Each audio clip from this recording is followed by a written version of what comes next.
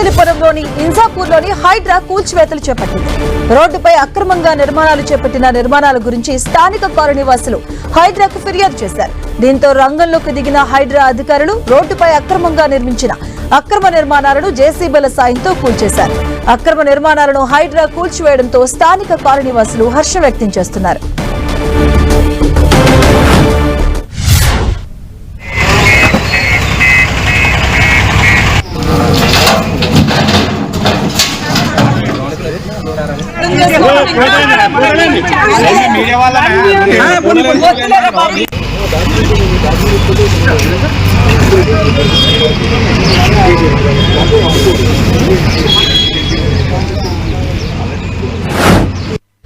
ప్రభుత్వం ఏర్పాటు చేసినటువంటి హైడ్రా కమిషనర్ శ్రీ రంగనాథ్ సార్ గారు వారి సిబ్బందితో వచ్చి ప్రజలకు ఇబ్బందిగా ఉన్నటువంటి దాదాపు 10,000 మందికి ఇబ్బందిగా ఉన్నటువంటి ఈ రోడ్డుకు అడ్డంగా ఉన్న పరకల్ని వారు తీసేయడం వల్ల ప్రజలందరూ కూడా రంగనాథ్ సార్ని, ప్రభుత్వాన్ని, మరి స్థానిక ప్రజాప్రతినిధిని, అధికార పార్టీని వారందరూ కూడా హర్షం వ్యక్తం చేస్తూ వీళ్ళందరూ కూడా జైంట్ యాక్షన్ మరి అన్ని పార్టీల వారిని కలిసి ఈ సమస్యను పరిష్కరించినందుకు వారికి